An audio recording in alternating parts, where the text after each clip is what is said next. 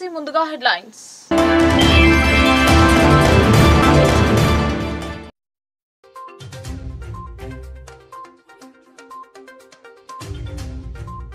సోమవారం నుండి మొదలు కానున్న రైతు మహోత్సవం 3 రోజుల పాటు జరగనున్న ప్రదర్శనలు, అమాత్యులచే ప్రారంభోత్సవం.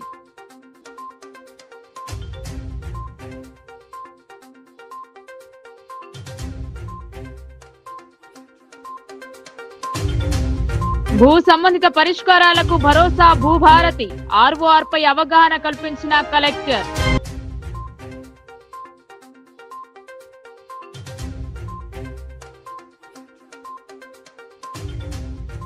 భూములపై సమగ్ర హక్కులు కల్పించడమే ప్రభుత్వ లక్ష్యం. ధరణి ద్వారా పరిష్కారం కాని వాటికి వెసులుబాటు, అన్నదాతలకు వివరించిన కలెక్టర్.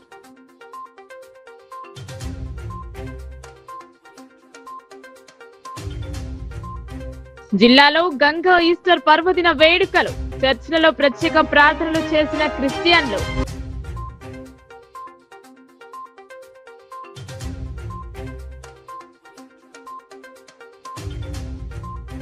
అందుబాటులో లేకపోవడంతో అక్రమ ఆరోపణలు, తప్పుడు ప్రచారాలతో కేసుల నమోదు, రజతోత్సవ సభను విజయవంతం చేయాలని మాజీ ఎమ్మెల్యే షకీల్ పిలుపు.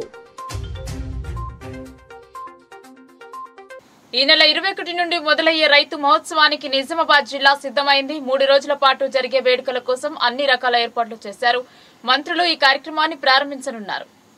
రాష్ట్ర వ్యవసాయ శాఖ ఆధ్వర్యంలో ఈ నెల 21 నుంచి 23వ తేదీ వరకు 3 రోజుల పాటు నిజామాబాద్ జిల్లా కేంద్రంలోని గిరిరాజ్ ప్రభుత్వ డిగ్రీ కళాశాల మైదానంలో నిర్వహించనున్న రైతు మహోత్సవంను సోమవారం మంత్రులు తుమ్మల నాగేశ్వరరావు, ఉత్తమ్ కుమార్ రెడ్డిలు ప్రారంభించనున్నారు. అందుకు నిజామాబాద్ జిల్లా యంత్రాంగం ఏర్పాట్లను సిద్ధం చేసింది. కలెక్టర్ రాజీవ్ గాంధీ హనుమంతు క్షేత్ర స్థాయిలో పరిశీలించారు.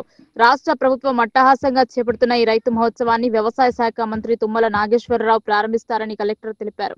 3 రోజుల పాటు కొనసాగే ఈ మహోత్సవంలో వివిధ ప్రాంతాలకు చెందిన రైతులు హాజరై వారు పండించిన ఉత్పత్తులను ప్రదర్శిస్తారని, సహజ సిద్ధమైన పద్ధతులలో పంటల సాగు, ఆధునిక యాంత్రీకరణ వినియోగం, అధునాతన వంగడాలు, పసుపు ఆధారిత ఉత్పత్తులు, పరిశ్రమల స్థాపనకు గల అవకాశాలు తదితర అంశాలకు సంబంధించి సుమారు 150 వరకు స్టాల్స్ ఏర్పాటు చేస్తున్నామని వివరించారు. సాగు రంగానికి ఉపకరించే నూతన ఆవిష్కరణలతో కూడిన అధునాతన పరికరాలు, మేలు రకం విత్తనాలను ప్రదర్శిస్తారని అన్నారు. రైతులు ప్రదర్శించే స్టాల్స్ కోసం ప్రత్యేక ఏర్పాట్లు చేశారు. 3 రోజుల పాటు జరిగే ఈ కార్యక్రమంలో రైతులు పెద్ద సంఖ్యలో పాల్గొననున్నారు. వ్యవసాయ అనుబంధ విభాగాలు, విశ్వవిద్యాలయాలు, బ్యాంకులు, స్టార్టప్ కంపెనీలు, ఎఫ్బిఓలు, ఇతర ప్రైవేట్ కంపెనీలకు సంబంధించిన స్టాల్స్ ఉంటాయని వివరించారు. భూ సంబంధిత సమస్యలను పరిష్కరిస్తూ రైతుల భూములకు పూర్తి భరోసా కల్పించేందుకే ప్రభుత్వం నూతనంగా భూభారతి చట్టం తెచ్చిందని కలెక్టర్ రాజీవ్ గాంధీ హనుమంతు అన్నారు. భూభారతి అంటే భూమి హక్కుల రికార్డు చట్టం 2025పై వర్ణి, రూద్రు, రైతు వేదికలలో ఏర్పాటు చేసిన అవగాహన సదస్సులలో కలెక్టర్ రాజీవ్ గాంధీ హనుమంతు, అదనపు కలెక్టర్ కిరణ్ కుమార్ హాజరయ్యారు. ఈ సందర్భంగా కలెక్టర్ మాట్లాడుతూ ప్రజల కోసం ప్రత్యేకించి రైతులకు వారి భూములకు సంబంధించి ఏవైనా వివాదాలు ఉంటే వాటిని తొలగించి భూములపై పూర్తి హక్కులు కల్పించేందుకు రాష్ట్ర ప్రభుత్వం భూభారతి చట్టాన్ని ప్రవేశపెట్టిందని అన్నారు. ధరణి పోర్టల్లో లేని అనేక సమస్యలకు భూభారతి చట్టం ద్వారా పరిష్కారం లభించనుందని సూచించారు. ధరణిలోని వివరాల ప్రకారం భూభారతి రికార్డులలో వాటిని నమోదు చేయడం జరుగుతుందని తెలిపారు. అయితే రైతులు తమ భూములకు సంబంధించిన సమస్యలపై అర్జీలు అందించవచ్చని సూచించారు. ధరణి వ్యవస్థ ఉన్నప్పుడు ఏదైనా అభ్యంతరం ఉంటే సివిల్ కోర్టుకు మాత్రమే వెళ్లాల్సి వచ్చేదని అన్నారు.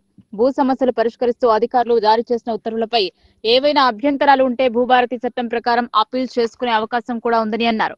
తహసీల్దార్ స్థాయిలో దరఖాస్తు చేసుకుంటే న్యాయం జరగలేదని భావిస్తే ఆర్డీఓకు అక్కడ కూడా సంతృప్తి చెందకపోతే కలెక్టర్ కు అప్పీల్ చేసుకోవచ్చని తెలిపారు. భూభారతి ద్వారా కింది స్థాయి అధికారులకు కూడా బాధ్యతలు అప్పగించారని, దీనివల్ల భూమికి సంబంధించిన చిన్న చిన్న సమస్యలు మండల స్థాయిలోనే సత్వర పరిష్కారం అవుతాయని కలెక్టర్ అన్నారు. ధరణిలో సవరణకు, సమస్యల పరిష్కారానికి కింది స్థాయి అధికారులకు ఎటువంటి అధికారాలు లేనందున వేల సంఖ్యలో దరఖాస్తులు పెండింగ్ ఉండేవని గుర్తు చేశారు. ధరణిలో భూ సమస్యలపై దరఖాస్తు చేసుకునేందుకు 33 మాడ్యూల్స్ ఉండడం వల్ల ఇబ్బందులు పడేవారని, భూభారతిలో కేవలం 4 మాడ్యూల్స్ మాత్రమే ఉండి సులభమైన పద్ధతిలో దరఖాస్తు ప్రక్రియ ఉంటుందని అన్నారు. భూములకు సంబంధించిన అనేక సమస్యలకు భూభారతి చట్టం ద్వారా పరిష్కారం లభిస్తుందని, ఇదివరకటి ధరణిలో ఇలాంటి అవకాశం ఉండేది కాదన్నారు. భూభారతి చట్టం వల్ల రైతులకు, పేదలకు ఎంతో మేలు కలుగుతుందని కలెక్టర్ స్పష్టం చేశారు. ప్రభుత్వం అన్ని కోణాలలో మేధో మథనం చేసిన మీదట సమగ్ర అంశాలను పొందుపరుస్తూ భూభారతి చట్టానికి రూపకల్పన చేయడం జరిగిందన్నారు. భూ సమస్యలను నిర్దిష్ట గడువులకు పరిష్కరించడం జరుగుతుందని తెలిపారు. అదనపు కలెక్టర్ కిరణ్ కుమార్ మాట్లాడుతూ భూభారతి చట్టంలోని సెక్షన్లు వాటి వివరాలపై రైతులకు సవివరంగా అవగాహన కల్పించారు. ఏదైనా సమస్య పరిష్కారం కాకుంటే భూభారతిలో అప్పీల్ వ్యవస్థ ఉందని, అప్పీల్ చేసుకున్న పేద రైతులకు ఉచిత న్యాయ సహాయం అందిస్తారని అన్నారు. ఈ చట్టం ద్వారా రైతులకు వారి భూముల వివరాలతో కూడిన ఆధార్ తరహాలో భూదార్ సంఖ్యను కేటాయిస్తారని తెలిపారు. భూ సమస్యలు తెలుసుకుని సులభతరంగా పరిష్కరించేందుకు ఈ చట్టం ఎంతగానో ఉపయోగపడుతుందని అన్నారు. వ్యవసాయ భూములతో పాటు వ్యవసాయేతర మిగతా అన్ని రకాల భూముల రికార్డులు రెవెన్యూ కార్యాలయంలో నమోదు అయి ఉంటాయని అన్నారు. భూ వివరాలతో పాటు భూమి హద్దులతో కూడిన సర్వే మ్యాప్, పట్టా, పాస్ పుస్తకానికి జత చేయబడుతుందని సూచించారు. అసైన్మెంట్ భూములకు సంబంధించి కూడా త్వరలోనే ప్రభుత్వం సమగ్ర మార్గదర్శకాలను జారీ చేయనుందని తెలిపారు. అనంతరం ఆయా అంశాలపై రైతులు వెలిబుచ్చిన సందేహాలను కలెక్టర్, అదనపు కలెక్టర్లు నివృత్తి చేశారు. భూభారతి చట్టంలో ఇంకా ఎలాంటి అంశాలు చేరిస్తే బాగుంటుందనే దానిపై రైతులు సలహాలు, సూచనలు చేయవచ్చని సూచించారు. ఈ సదస్సులలో Bodhan sub collector Vikas Mahato, ACP Srinivas, స్థానిక అధికారులు, రైతులు పాల్గొన్నారు.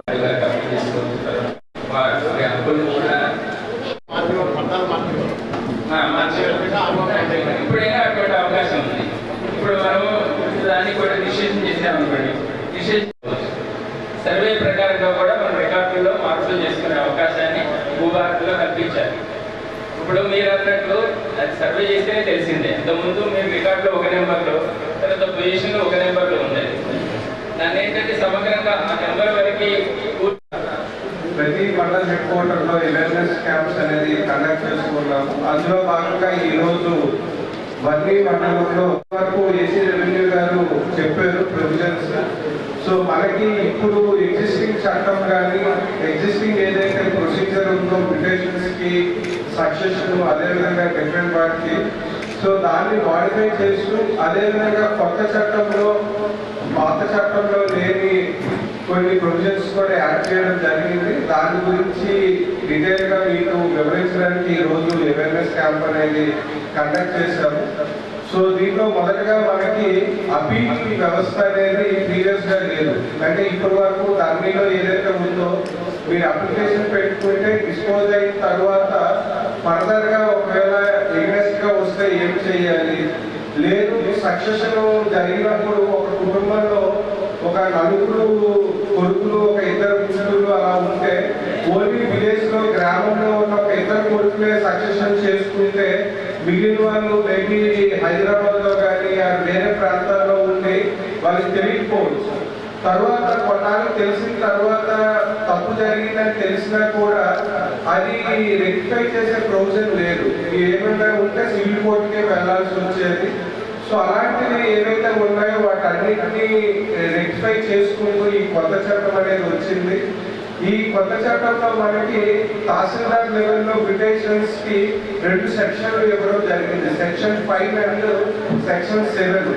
అంటే సెక్షన్ 5లోన సేల్ కానీ, గిఫ్ట్ కానీ, మార్టిగేజ్, పార్టీషన్, ఎక్స్చేంజ్, ఈ 5 కేటగిరీస్ సెక్షన్ 4లో తహసీల్దార్ పిటిషన్ చేస్తారు.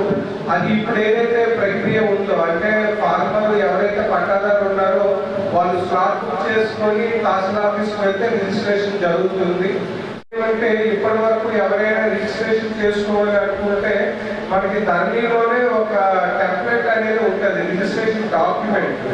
సో ఆ డాక్యుమెంట్ లో ఓన్లీ బ్లాంక్స్, అంటే ఎవరైతే కొనుగోలుదారులు ఉన్నారో, ఎవరు అమ్ముతున్నారో, ఎంత ఎక్స్టెంట్, ఏ సర్వే నెంబరు, ఆ డీటెయిల్స్ ఫిల్ చేస్తే ఆటోమేటిక్ గా డాక్యుమెంట్ అనేది జనరేట్ అయ్యేది.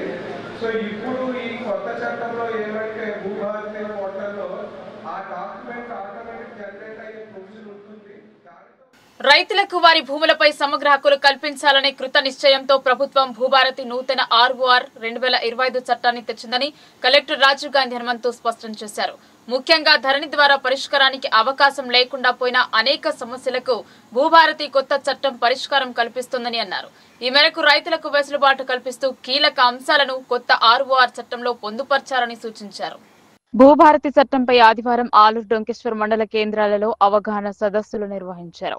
కలెక్టర్ రాజీవ్ గాంధీ హనుమంతు, అదనపు కలెక్టర్ కిరణ్ కుమార్ పాల్గొని పవర్ పాయింట్ ప్రెజెంటేషన్ ద్వారా ఒక్కో అంశం వారీగా రైతులకు అవగాహన కల్పించారు. ఈ సందర్భంగా కలెక్టర్ మాట్లాడుతూ పెండింగ్ లో ఉన్న సాదా బైనామా దరఖాస్తుల పరిష్కారం కోసం భూభారతి చట్టంలో ప్రభుత్వం అవకాశం కల్పించిందని అన్నారు. దీనికి సంబంధించిన మార్గదర్శకాలు త్వరలో జారీ కానున్నాయని అన్నారు.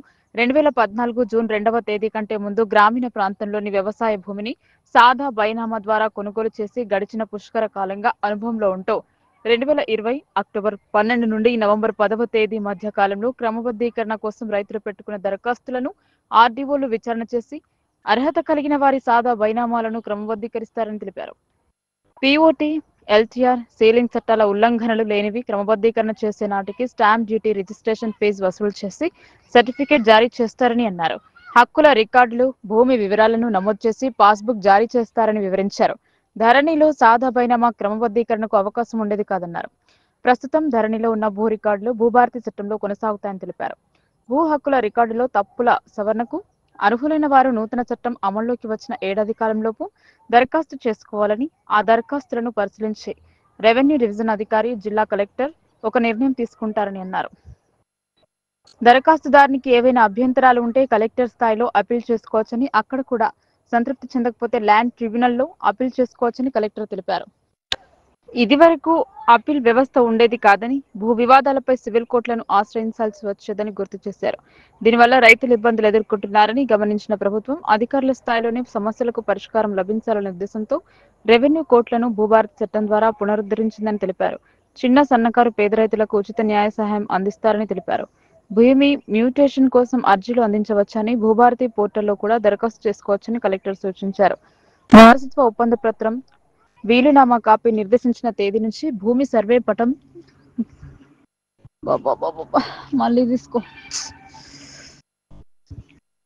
వారసత్వ ఒప్పంద పత్రం వీలునామా కాపీ నిర్దేశించిన తేదీ నుంచి భూమి సర్వే పటం జత చేయాలని, ఈ దరఖాస్తులపై తహసీల్దార్ 30 రోజుల్లోగా విచారణ చేపట్టి నిర్ణయం తీసుకుంటారని అన్నారు. గడువులోపు పరిష్కరించకపోతే దానంతట అదే మ్యూటేషన్ జరిగిపోతుందని అన్నారు. వ్యవసాయ భూముల రిజిస్ట్రేషన్, మ్యూటేషన్ ఒకే రోజు ఉంటాయని అన్నారు. కొనుగోలు, దానం, తనఖా, బదిలీ, భాగం పంపకాల ద్వారా భూమిపై హక్కులు సంక్రమిస్తే తహసీల్దార్ రిజిస్ట్రేషన్ చేసి హక్కుల రికార్డులు మార్పులు చేసి పట్టాదారు పాస్ పుస్తకం జారీ చేస్తారని తెలిపారు. 300 రూపాయల ఫీజుతో పాస్బుక్ జారీ చేస్తారని అన్నారు. ప్రతి గ్రామంలో రెవెన్యూ రికార్డులు తయారు చేసి ప్రతి సంవత్సరం గ్రామాలలో రికార్డు డిస్ప్లే చేయడం జరుగుతుందని అన్నారు. ఆధార్ కార్డు తరహాలోనే భూమికి సంబంధించిన వివరాలతో రైతులకు భూదారు సంఖ్యను కేటాయిస్తారని, దీని ద్వారా భూ ఆక్రమణలకు చెక్ పడుతుంది. భూభారతి చట్టంపై రైతులు వెలిబుచ్చిన సందేహాలను కలెక్టర్ నివృత్తి చేశారు. ఈ సదస్సులలో ఆర్మూర్ ఆర్డీఓ రాజాగౌడ్, స్థానిక అధికారులు, మార్కెట్ కమిటీలు, సొసైటీల చైర్మన్లు, రైతులు పాల్గొన్నారు.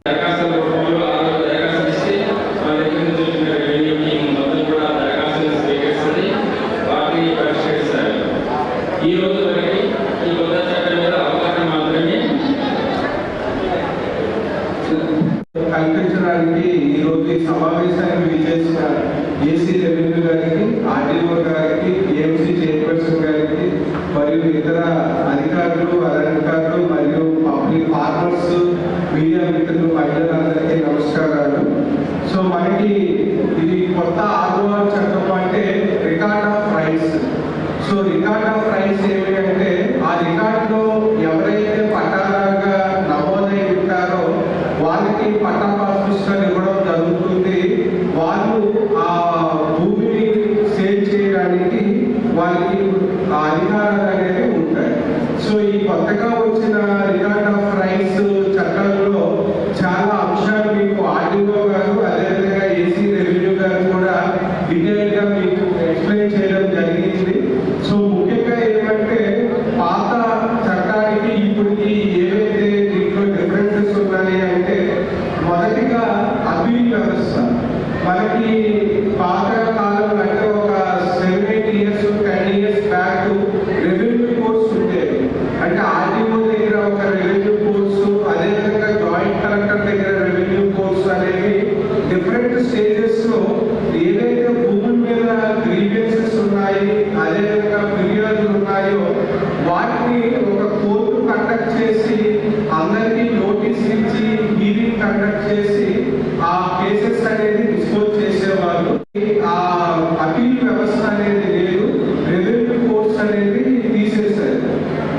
ఇప్పుడు వచ్చిన కొత్త ఆర్ఓఆర్ చట్టంలో ఎగైన్ మనకి ఆ రెవెన్యూ కోర్సు అనేది ఇంట్రడ్యూస్ చేయడం జరిగింది.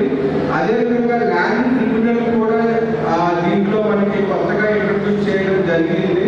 సో దీంట్లో మనకి ఏదైనా తహసీల్దార్ లెవెల్లో ఒకవేళ మనకి మ్యూటేషన్స్ జరిగినప్పుడు సెక్షన్ 5 కానీ సెక్షన్ 7లోన మనకి సక్సెషన్ సంబంధించినవి sale deeds, gift deeds registrations అయినప్పుడు ఏమైనా ఇష్యూస్ ఉంటే మనకి ఫస్ట్ అపీల్ అనేది ఆర్టీఓ కోర్టులో, సెకండ్ అపీల్ కలెక్టర్ కోర్టులో ఉంటుంది.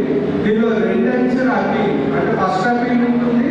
సెకండ్ ఫస్ట్ అపీల్లో కూడా న్యాయం జరగలేదు అనుకుంటే సెకండ్ అపీల్ కూడా ఉంటుంది. సో ఫస్ట్ అపీల్ ఆర్టీఓ దగ్గర, సెకండ్ అపీల్ అనేది కలెక్టర్ దగ్గర ఉంటుంది.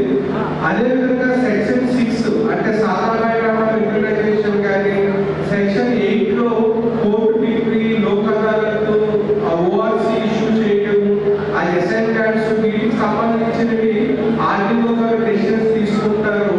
ఆర్టీఓ డెసిషన్స్ మీద ఏమైనా ఇష్యూస్ ఉంటే ఫస్ట్ అపీల్ కలెక్టర్ దగ్గర, సెకండ్ అపీల్ అనేది ల్యాండ్ ట్రిబ్యునల్ అనేది ఉంటుంది.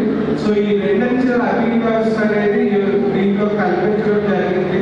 అదేవిధంగా సాధారణ మనకి 2020 ఇయర్లో అక్టోబర్ 12 నుంచి నవంబర్ 10 వరకు 2020లో సాధారణ అప్లికేషన్స్ అనేది రిసీవ్ చేసుకున్నాము.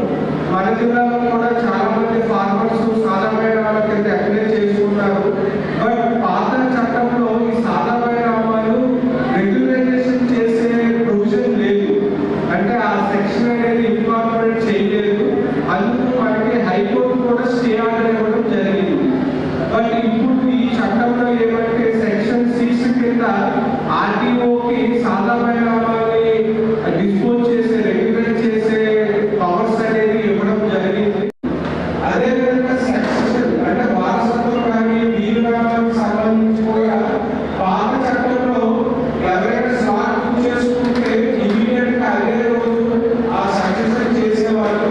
దానివల్ల ఆల్రెడీ ఆర్టీఓ గారు చెప్పారు, అందరూ కూడా లీగల్ హెయిర్స్ అంటే అందరూ కొడుకులు కూతురు ఎవరైతే ఉన్నారో కొన్ని సందర్భాల్లో అందరికీ ఇన్ఫర్మేషన్ లేకుండా అది డిస్క్లోజ్ చేసి ఆ ఎంక్వైరీ కండక్ట్ చేసి వాళ్ళు ఎవరైతే వారసత్వానికి అప్లై చేసుకున్నారో వారసత్వ పట్ట జెన్యూన్ వాళ్ళు లీగల్ హెయిర్స్ వాళ్ళే ఉన్నారు అనుకుంటే అప్పుడు సక్సెషన్ చేయడం జరుగుతుంది. లేదు ఇంకా వేరే లీగల్ హెయిర్స్ ఉన్నారు వారికి ఇన్ఫర్మేషన్ లేకుండా ఓన్లీ దాంట్లో 2-3 మాత్రమే అప్లై చేసుకున్నారు అని తెలిస్తే ఆ సక్సెషన్ చేయరు. లాయర్స్ తో సజెషన్స్ ఇప్పిస్తారు. లేదు అంటే మీ తరఫున వాదించడానికి కూడా గవర్నమెంట్ తరఫున ఫ్రీగా మనకి లీగల్ అడ్వకేట్స్ అనేది గవర్నమెంట్ నుంచి ప్రొవైడ్ చేయడం జరుగుతుంది. కాబట్టి ప్రతి ఈస్టర్ పర్వదిన వేడుకలను ఎడపల్లి మండలంలో క్రైస్తవులు ఘనంగా జరుపుకున్నారు. ఈస్టర్ పండుగ యేసుక్రీస్తు మరణంపై సాధించిన విజయానికి గుర్తుగా నిర్వహించుకుంటారని చర్చ్ పెద్దలు తెలిపారు. ఎడపల్లి మండలంలోని ఎంఎస్సి ఫారం వడ్డేపల్లి గ్రామాలలోని చర్చిలతో పాటు ఎడపల్లి మండల కేంద్రంలో గల బేతానియా ఫెలోషిప్ చర్చ్లో క్రైస్తవులు ఆదివారం ఈస్టర్ పండుగ వేడుకలను ఘనంగా జరుపుకున్నారు. యేసుక్రీస్తును స్తుతిస్తూ పాస్టర్ తిమోతి రాజు ఆధ్వర్యంలో చర్చ్లో ప్రత్యేక ప్రార్థనలు నిర్వహించారు. ఈస్టర్ యేసుక్రీస్తు పునరుద్ధానం మరణంపై విజయాన్ని సూచిస్తుందని పాస్టర్ తెలిపారు. దేశంలో ప్రజలందరూ సుఖ సంతోషాలతో ఉండాలని ప్రభు యేసును ఆరాధించడం జరిగిందని తెలిపారు. అనంతరం ఆయన మాట్లాడుతూ శుక్రవారం రోజు శిలువపై ప్రాణాలు వదిలిన యేసు ఈస్టర్ పండుగ రోజే తిరిగి ప్రాణం పోసుకుని ప్రజల మధ్యకు వస్తారని, అందుకే ఈస్టర్ పండుగను ఎంతో ఆనందంగా నిర్వహించుకుంటామని అన్నారు. ఈస్టర్ అనేది కొత్త విశ్వాసానికి, ఆశకు, కొత్త జీవితానికి చిహ్నంగా భావిస్తారని అన్నారు. ఈస్టర్ ప్రేమ దయను చాటి చెప్పే పండుగని తెలిపారు. మరి దినము గడిచిన మాసంలో వసంత శుక్రవారం మొదలుకొని ఈస్టరు సండే ఈరోజు ప్రభు అయిన యేసుక్రీస్తు వారు లేఖనాల ప్రకారముగా, బైబిల్ ప్రకారముగా యేసు ప్రభు ఈ లోకంలో జన్మిస్తారు. ఈ లోకంలో ఆయన 33 సంవత్సరాలు ఈ లోకంలో జీవించి సర్వమానవాల కొరకు ఆయన రక్తం చిందించి కల్వరిలో తన ప్రాణం పెడతారు. 3వ రోజున సమాధి చేయబడి ఆయన లేస్తే అని చెప్పి ప్రభు చెప్పారు. ఆ రీతిగానే క్రైస్తవులందరూ కూడా ఈరోజు ఈస్టర్ పండుగను మరి ఘనముగా ఆచరిస్తున్నాం. ఈరోజు ఈస్టర్లో దేవుడు అనేక పునరుద్ధాన దేవుడు, తిరిగి లేచిన దేవుడు, మృతుల్లో ఉన్న దేవుడు కాదని క్రైస్తవులందరూ గొప్ప విశ్వాసంతో మేము ఆరాధిస్తూ ఉంటాము. అలాగే మానవుడు సర్వమానవాడు ఈ లోకంలో చనిపోయిన తర్వాత ఎవరైతే యేసుక్రీస్తు మీద విశ్వాసం ఉంచుతారో వాళ్ళు యేసుప్రభు ఎలాగైతే మృతి పొంది తిరిగి సమాధి చేయబడి తిరిగి లేచాడో అలాగే క్రైస్తవ విశ్వాసం కూడా అలాగే లేచే అవకాశం ఉంటుందని విశ్వసించి ఆయన రక్షకుడిగా అంగీకరించి ఆయన గణపరుస్తున్నారు. ఈ దినము ఎంతో పుణ్య కార్యం చేసిన దినముగాను క్రైస్తవులు అందరూ కూడా మరణాన్ని జయించిన దేవుడు, మనం కూడా ఒక రోజున మరణించిన తర్వాత రెండో మరణాన్ని జయిస్తామనే విశ్వాసము, పరలోక రాజ్యానికి మనల్ని వారసులుగా చేసే కృపను ఈ దినము ఏర్పాటు చేశాడని మరి ఈ దినము ఎంతో ఘనంగా మరి భక్తి శక్తులతో మరి ఎడపల్లి మండలము కేంద్రంలో ఉన్న చుట్టుపక్కల గ్రామాలందరూ కూడా ఈ మండల కేంద్రంలో ఉన్న బెతన్య చర్చికి వచ్చి ఆరాధించి ఆ పునరుద్ధానుడైన యేసయ్యని ఘనపరిచి మహిమపరిచి ఆయన దీవెనలు పొంది ఆయన కృపను ఆయన ఇచ్చిన త్యాగాన్ని స్మరించుకుంటూ ఈరోజు ఘనంగా చేసుకున్న క్రైస్తవులందరూ కూడా అలాగే మన రాష్ట్రానికి అలాగే ప్రపంచాలందరూ కూడా దేవుడు అన్ని విషయాలు కూడా దీవించి ఆశీర్వదించాలని 2001 ఏప్రిల్ 27న పురుడు పోసుకున్న నాటి తెలంగాణ రాష్ట్ర సమితి ప్రస్తుత భారత రాష్ట్ర సమితి 24 సంవత్సరాలు పూర్తి చేసుకుని 25వ ఏట అడుగు పెడుతుందన్నారు. 14 సంవత్సరాల తెలంగాణ ఉద్యమం అనంతరం స్వరాష్ట్రాన్ని సాధించుకుని 10 సంవత్సరాలు పాలన అందించి 25 ఏళ్లలో అడుగు పెడుతున్న సందర్భంగా నిర్వహిస్తున్న రజతోత్సవ సమావేశంను విజయవంతం చేయాలని మాజీ ఎమ్మెల్యే షకీల్ కార్యకర్తలకు సూచించారు. భారత రాష్ట్ర సమితి రజతోత్సవ వేడుకలకు సంబంధించి సన్నాహక సమావేశం బోధన్ పట్టణంలోని ఒక ఫంక్షన్ హాల్లో జరిగింది. నియోజకవర్గ పరిధిలోని అన్ని మండలాల నుండి కార్యకర్తలు పెద్ద సంఖ్యలో తరలివచ్చారు. బోధన్ బీఆర్ఎస్ మాజీ ఎమ్మెల్యే షకీల్ రజతోత్సవ సన్నాహక సమావేశంలో కాంగ్రెస్ ఎమ్మెల్యే సుదర్శన్ రెడ్డిపై మండిపడ్డారు. తనపై తన కొడుకుపై అక్రమ కేసులు బనాయిస్తూ కుటుంబాన్ని ఆవేదనకు గురి చేస్తున్నారని ఆరోపించారు. ఎమ్మెల్యే ఎన్నికల తర్వాత దుబాయ్కి ఆరోగ్య సమస్యల దృష్ట్యా వెళ్లడం జరిగిందన్నారు. 1000 కోట్లు లూటీ చేసి రైతుల డబ్బులు కాజేశానని తప్పుడు ప్రచారాలు మాధ్యమాల్లో రావడం సిగ్గుచేటన్నారు. రైస్ మిల్లో పెండింగ్ లో ఉన్న బకాయిలు 7 కోట్లు కట్టాలని నోటీసులు అందాయని మాజీ ఎమ్మెల్యే షకీల్ తెలిపారు. ఎలాంటి కేసులు లేవని, అన్ని కేసుల్లో క్లియరెన్స్ ఉన్నాయని చెప్పుకొచ్చారు. షకీల్ నిజామాబాద్ సిపి సాయి చైతన్యకు రిక్వెస్ట్ చేశారు. బీఆర్ఎస్ నాయకులు కార్యకర్తలపై తప్పుడు కేసులు చేయకుండా చర్యలు తీసుకోవాలని కోరారు. ఈ నెల 20న జరగబోయే బీఆర్ఎస్ పార్టీ రజతోత్సవ సభకు బోధన్ నియోజకవర్గం నుండి వేల సంఖ్యలో తరలి రావాలని పార్టీ శ్రేణులకు సూచించారు. మీరు ప్రభుత్వం ఒత్తిడిలో వచ్చి మా కార్యకర్తల మీద ప్రతి గ్రామంలో తప్పుడు కేసులు పెడతా ఉన్నారు. ఇటువంటి రాజకీయాలు కరెక్ట్ కాదు.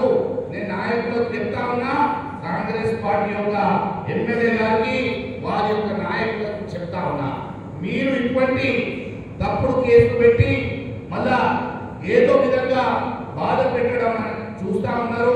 మా కార్యకర్తలకు అనేక విధాలుగా ఇబ్బంది పెడతా ఉన్నారు. ఈ పద్ధతి కరెక్ట్ కాదు అని మీకు నేను చెప్తా ఉన్నా. మీకు ఇంకోసారి అంటా ఉన్నా, అభివృద్ధి గురించి ఆలోచించండి. మీరు కేసులు పెడితే ఏమయ్యేది కాదు. ఒక రోజు 2 రోజులు పోయి వస్తాడు, మళ్ళా సైనికుడుగా తయారై మళ్ళా మీ సంగతి కూడా చూస్తాడు. టైం వస్తుంది. అన్ని అందులో సెటిల్ చేస్తాం. మా జిల్లా అధ్యక్షుడు జీవన్ రెడ్డి గారు చెప్పిండు, ప్రతి గ్రామంలో పింక్ రాస్తున్నాం. ఏమేమి ఉన్నది కథ కార్ఖానా కానీ అన్ని కూడా దాంట్లో ఉంటాయి. దయచేసి మళ్ళీ ఇటువంటిది చేయొద్దు. ఇలా నిజామాబాద్ పోలీస్ కమిషనర్ గారికి కూడా నేను విజ్ఞప్తి చేస్తాను.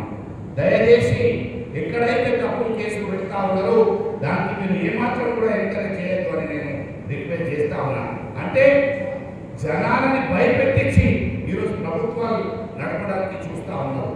కానీ ఇక్కడ ఎక్కువ భయపడేవాళ్ళు కాదు. మా సైనికులు అందరు ఉద్యమం చేసి వచ్చిన వాళ్ళు తెలంగాణ ఉద్యమంలో 100 కేసులు ఉన్నాయి మా బీఆర్ఎస్ పార్టీ వర్కర్స్ మీద. ఎవరు కూడా కేసులకు భయపడే వాళ్ళు కాదు. ఇక్కడ మీరు ఇటువంటి పనులు ప్రజా సమస్యల సత్వర పరిష్కారం కోసం ప్రతి సోమవారం సమీకృత జిల్లా కార్యాలయాల సముదాయంలోని ప్రధాన సమావేశ మందిరంలో నిర్వహిస్తున్న ప్రజావాణి కార్యక్రమాన్ని తాత్కాలికంగా వాయిదా వేయడం జరిగిందని కలెక్టర్ రాజీవ్ గాంధీ హనుమతో ఆదివారం ఒక ప్రకటనలో తెలిపారు. సోమవారం జిల్లా కేంద్రంలో రైతు మహోత్సవం ప్రారంభోత్సవ కార్యక్రమం ఉండడంతో ఈ నెల 21న జరగాల్సిన ప్రజావాణిని వాయిదా వేశామని అన్నారు. ఈ నెల 28వ తేదీ నుంచి తిరిగి యథావిధిగా ప్రతి సోమవారం ప్రజావాణి కొనసాగుతుందని సూచించారు. ప్రజలు ఈ విషయాన్ని గమనించి జిల్లా యంత్రాంగానికి సహకరించాలని కలెక్టర్ కోరారు. ఉక్కపోతను భరించలేక ఇంటికి తాళం వేసి బంగ్లాపై కుటుంబ సభ్యులు నిద్రించారు. దీన్ని అదునుగా చేసుకుని తాళం ధ్వంసం చేసి ఇంట్లోకి ప్రవేశించిన దొంగలు అందిన కాడికి దోచుకెళ్లారు. బాన్స్వాడ పట్టణంలోని సంగమేశ్వర కాలనీలో చోరీ జరిగింది. చనంగారి అంజయ్య సోదరి మరియు తల్లి సాయమ్మ ఇతర కుటుంబ సభ్యులు రాత్రిపూట ఉడకపోతూ ఉండడంతో కింద ఇంటికి తాళం వేసి పైన ధాబాపై పడుకున్నారు.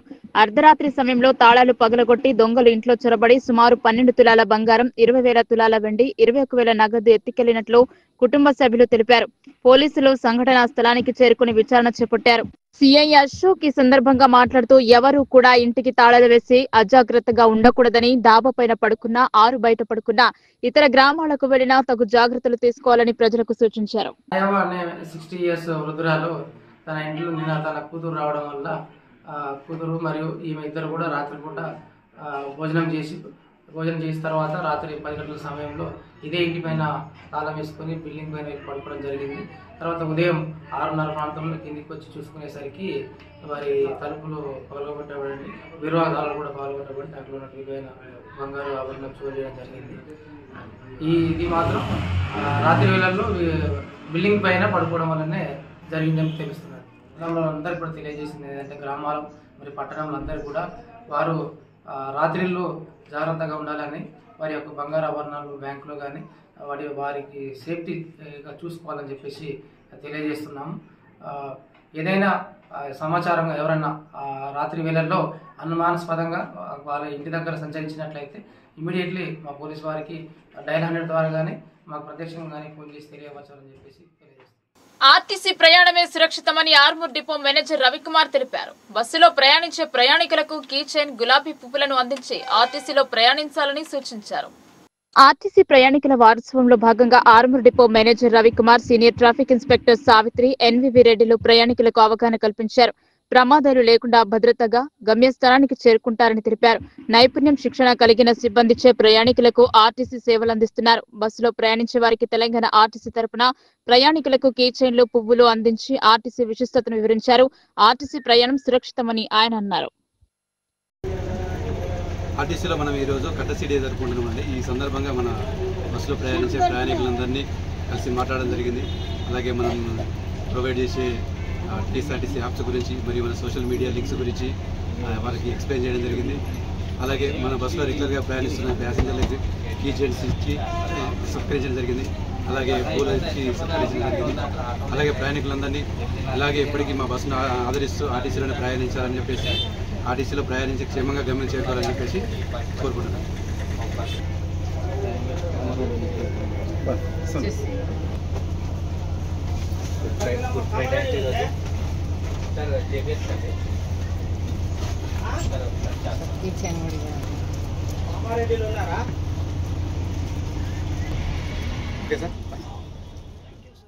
పర్యావరణ రక్షణకు కోటి మొక్కలు నాటి సమాజానికి ఒక దిక్సూచిలా నిలిచాడు.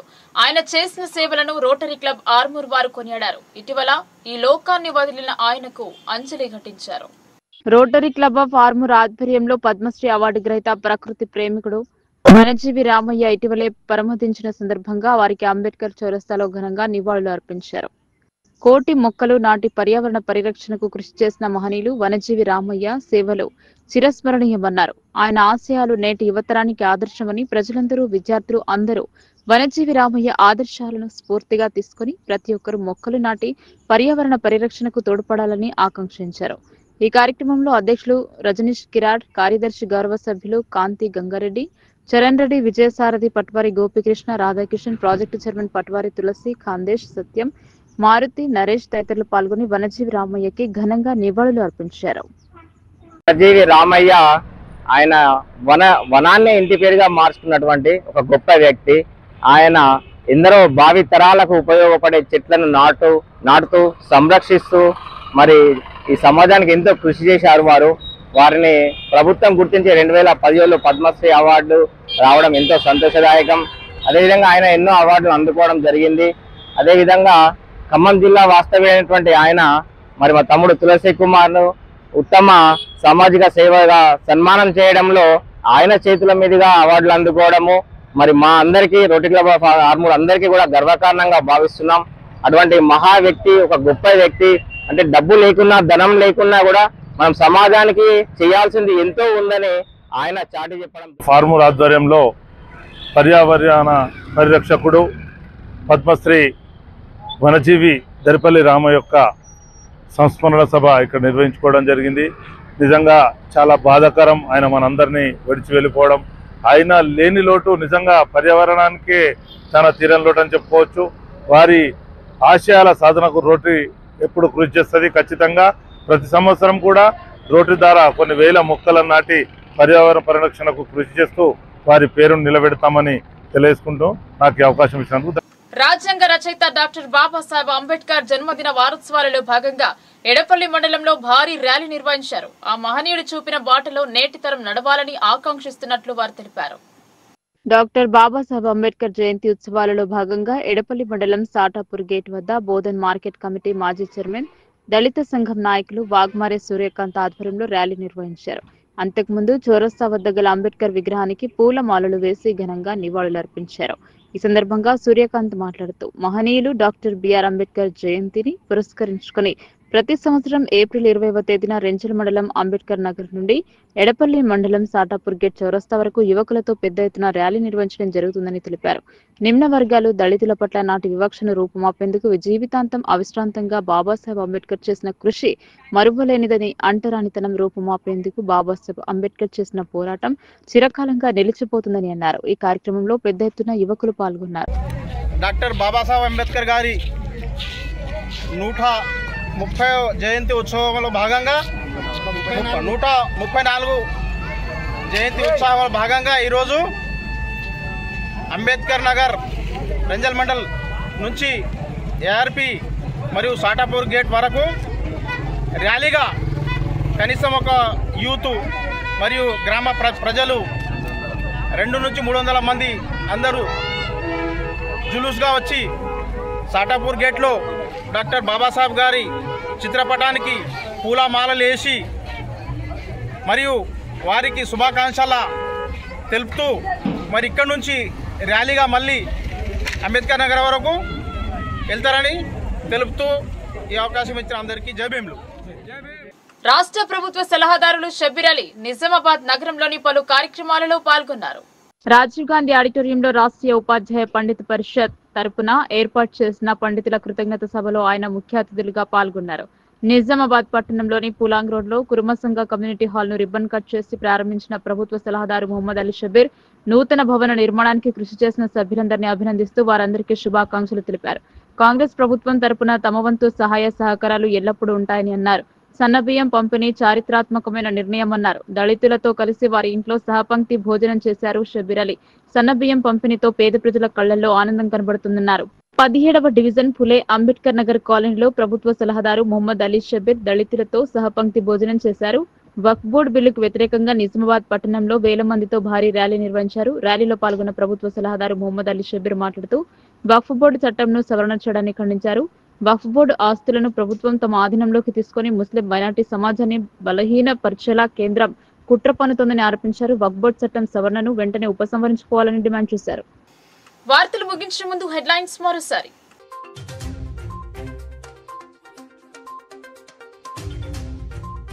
సోమవారం నుండి మొదలు కానున్న రైతు మహోత్సవం, 3 రోజుల పాటు జరగనున్న ప్రదర్శనలు, అమాత్యులచే ప్రారంభోత్సవం.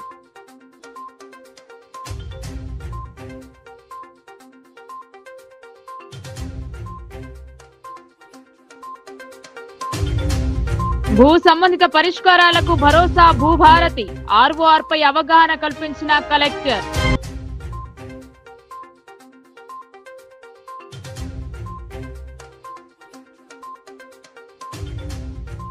భూములపై సమగ్ర హక్కులు కల్పించడమే ప్రభుత్వ లక్ష్యం, ధరణి ద్వారా పరిష్కారం కాని వాటికి వెసులుబాటు, అన్నదాతలకు వివరించిన కలెక్టర్.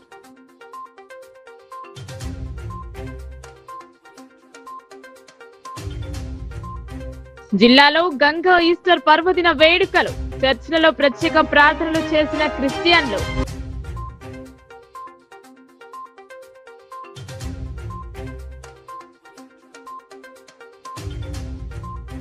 అందుబాటులో లేకపోవడంతో అక్రమ ఆరోపణలు, తప్పుడు ప్రచారాలతో కేసుల నమోదు, రజతోత్సవ సభను విజయవంతం చేయాలని మాజీ ఎమ్మెల్యే షకీల్ పిలుపు. ఈ వార్తలు ఇంతటితో సమాప్తం. తిరిగి ప్రసారమయ్యే వార్తల్లో మళ్ళీ కలుద్దాం. అంతవరకు చూస్తూనే ఉండండి మీ లోకల్ న్యూస్, మన ఊరు మన వార్త.